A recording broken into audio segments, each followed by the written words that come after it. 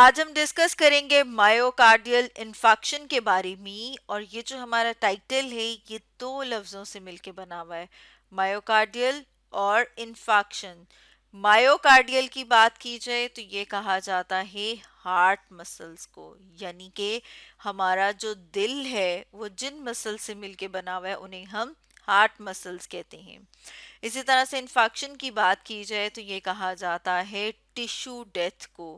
तो यहाँ पर मायोकार्डियल इन्फेक्शन का मतलब ये है कि जो हमारा हार्ट है, जो हमारा दिल है, उसके मसल्स की जब डेथ हो जाती है तो उसकी वजह से हार्ट अटैक आता है, जिसे मायोकार्डियल इन्फेक्शन कहा जाता है। और ये किस वजह से हो सकता है? जब हमारी दिल के जो मसल्स हैं, जो सेल्स हैं, वहाँ तक ऑक्सीजन की सप्लाई प्रॉपर ना हो, यानी कि वहाँ तक ब्लड फ्लो नॉर्मल ना हो, तो उसकी वजह से यहाँ पर जो मौजूद टिश्यूज हैं उनकी डेथ हो जाएगी। क्योंकि जैसे बॉडी के बाकी जितने सेल्स हैं उन सब को ऑक्सीजन और न्यूट्रिएंट्स चाहिए होते हैं, तो हमारे हार्ट के जो अपने सेल्स हैं, अपने मसल्स हैं, उनको भी कांस्टेंट ऑक्सीजन और न्यूट्रिएंट की ज़रूरत होती है, यानी कांस्टेंट सप्लाई की ज़रूरत होती है। और सप्लाई के किस तरह से किए जाते हैं? ब्लड के ज़रिए से।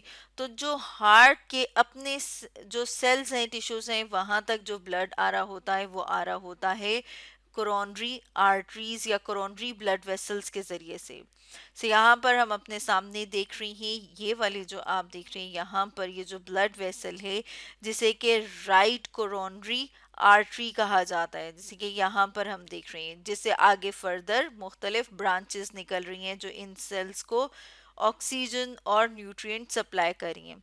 इसी तरह से यहाँ पर हम देख रहे हैं एक और कोरोनरी ब्लड वेसल जिसे कि left interior descending coronary artery कहा जाता है। अगर किसी भी वजह से ये ब्लॉक हो जाए तो क्या होगा कि ब्लड जो है वो सप्लाई नहीं किया जा सकेगा यहाँ पर मौजूद जो मसल्स हैं उन तक।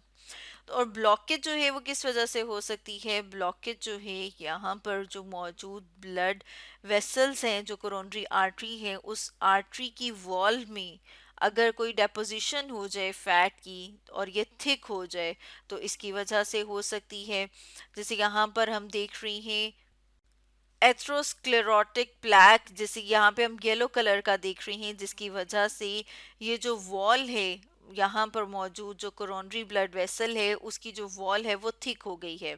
और एक और चीज़ जो हम देख रही हैं वो है थ्रोम्बस। थ्रोम्बस कहा जाता है ब्लड क्लॉट को। तो जब जो है वो यहाँ पर कोई फैट की डेपोजिशन हो जाए और तो उसकी वजह से ब्लड की सप्लाई पहले तो क्या हो जाएगी, रास्ता कम होने की वजह से। यहाँ पर हम देख रहे हैं ना कि इतना सारा इसका रास्ता है, अगर इसके रास्ते को ब्लॉक कर दिया जाए और सिर्फ इतना सा रास्ता रह जाए ब्लड के फ्लो के लिए, तो इसका मतलब है कि सबसे पहले उसको यहाँ पर रुकावट हो रही है। और अगर क्लॉट की वजह से ये रास्ता भी रुक जाए तो फिर क्या होगा, मुकम्मल ब्लॉकेज हो जाएगी। और जब मुकम्मल ब्लॉकेज हो जाएगी तो यहाँ पर ये जो मौजूद टिश्यूज हैं, जो सेल्स हैं, उनकी डेथ होना स्टार्ट हो जाएगी। और जब उनकी डेथ होगी तो उसकी वजह से हार्ट अटैक आएगा। और जब ब्लड फ्लो जो है हार्ट के मसल्स को कम हो जाता है तो उसके लिए एक और टर्म इस्तेमाल की जाती है जिसे कि कार्डिक स्कीमा कहा जाता है। जैसे यहाँ पर हमने अपने सामने लिखा भी है कि lack of blood flow to heart muscles जो है वो कहलाता है कार्डिक स्कीमा। और हम अपने समझने के लिए साथ में एक डायग्राम भी ले आए हैं। इस डायग्राम में यहाँ पर ये जो मौजूद हैं ये हैं कोरोनरी ब्लड वेसल्स, जो कि हार्ट के मसल्स को ब्लड सप्लाई कर रही होती हैं, जिसमें से यहाँ पे हमने इनको कलर किया और आगे इसकी क्या है, मुख्तलिफ ब्रांचेस इसमें से अराइज हो रही होती हैं। अब इसमें देखते हैं हम कि अगर इनकी वॉल में जो है वो थिकनिंग हो जाए तो इसको हम एक डार्क कलर से कर लेते हैं। जैसे कि यहाँ पर हम देख रहे हैं कि यहाँ पर क्या हो गई, वॉल में थिकनिंग हो गई है, जैसे कि यहाँ पर हम देख रहे हैं। अब इसकी वजह से जो है वो पहले तो ब्लड फ्लो जो है उसमें कमी आ जाएगी और ये जो वॉल में थिकनिंग हुई है इसे एथ्रोमा बोला जाता है। और इसमें हम देखते हैं कि जो कोलेस्ट्रॉल और फैट है उसकी डेपोजिशन हो जाती है वॉल में, और उसकी डेपोजिशन की वजह से यहाँ पर हम देख रहे हैं कि क्या हुआ है, इसमें पैचेस डेवलप हो गए या एक प्लैक सा जो है वो डेवलप हो गया है। अब अगर ये किस यहाँ पर स्ट्रेस बिल्डअप होने की वजह से यहाँ से इसका ब्रेक आ जाए, यानी कि यहाँ से ये इसकी वॉल जो है वो रप्चर हो जाए, तो रप्चर होने की वजह से क्या होगा, अब ये यहाँ पर मौजूद जो टिश्यूज हैं वो अपनी वॉल से बाहर आ गए हैं। तो हमारी बॉडी के अंदर एक और सिस्टम मौजूद होता है जिसे कि इम्यून सिस्टम कहा जाता है, वो एक्टिवेट हो जाता है और फिर उसके एक्टिवेट होने की वजह से मुख्तलिफ जो इम्यून सेल्स हैं उनको और प्लेटलेट्स को जो है यहाँ पर भेजा जाता है ताकि इसको रिपेयर किया जा सके, और उसके रिजल्ट में यहाँ पर जो मौजूद ब्लड सेल्स होते हैं उनमें क्लॉटिंग स्टार्ट हो जाती है। जैसे कि यहाँ पर हम देख रहे हैं कि ये क्या है, ये एक ब्लड क्लॉट मौजूद है। अब इस ब्लड क्लॉट की वजह से क्या होगा कि जो ब्लड का फ्लो था वो अब रुक जाएगा, ब्लड यहाँ से मूव नहीं कर सकेगा।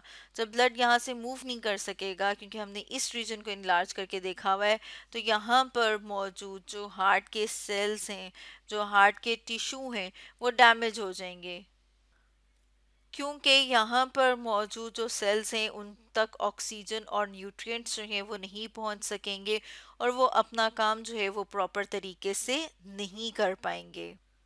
जैसे कि यहाँ पर हम देख रहे हैं कि हमने लिखा हुआ भी है कि damage area of heart muscle down stream from blocked artery, क्योंकि ये वाला एरिया ब्लॉक है तो इसके नीचे नीचे तक जो है ब्लड सप्लाई नहीं जाएगी। जब ब्लड सप्लाई नहीं जाएगी तो वो एरिया डैमेज हो जाएगा।